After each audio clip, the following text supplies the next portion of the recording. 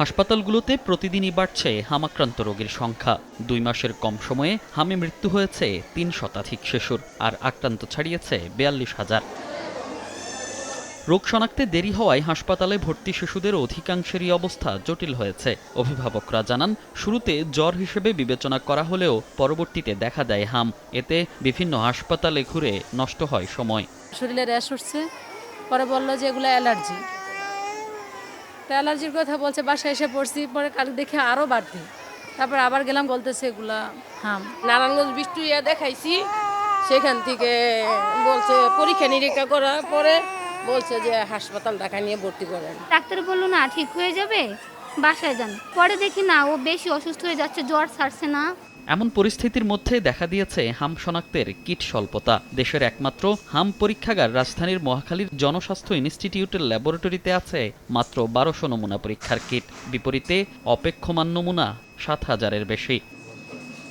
জনস্বাস্থ্য ইনস্টিটিউটের পরিচালক জানান, নমুনা বেড়ে যাওয়ায় দেখা দিয়েছে স্বল্পতা। আগামী ১ সপ্তাহের মধ্যেই বিশ্ব স্বাস্থ্য সংস্থার কাছ থেকে পর্যাপ্ত কিট পাওয়া যাবে বলে জানান তিনি। স্বল্পতা না, ঠিক আমাদের কিট তো ইউজ করলে তো কিট কমবে, তাই না? স্যাম্পল যা আসছে তা সবগুলো প্রতিদিন পরীক্ষা করতে পারছি না, এটা ঠিক। কিছু স্যাম্পল আমাদের জমে গিয়েছে। WHO ছাড়া এই কিট কারো কাছ থেকে নেওয়ার কোনো সুযোগ নেই, এটা বাইরে কিনতে পাওয়া যায় না। আমরা সেই ফেব্রুয়ারি মাসেই তাদেরকে চাহিদা দিয়েছি, আউটব্রেকের আগেই। কিন্তু WHO এগুলো প্রসেসিং করে প্রোডাকশন করে আমাদেরকে দিতে একটু ডিলে হচ্ছে। এদিকে কিট সংকট নিয়ে জানতে চাইলে স্বাস্থ্যমন্ত্রী জানান, ভ্যাকসিন ছাড়া আর কোনো অব্যবস্থাপনা নেই। বিগত সরকারের অবহেলার কারণে তৈরি হওয়া সংকট এখন কমে এসেছে। হামকে মোকাবেলা করার জন্য আমাদের পর্যাপ্ত স্ট্রাকচারাল ফেসিলিটি রয়েছে।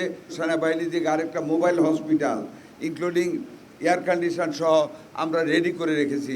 আমাদের যে অব্যবস্থাপনাটা ছিল সেটা হলো শর্টেজ অফ ভ্যাকসিন, যেটার জন্য বিগত সরকাররা দায়ী।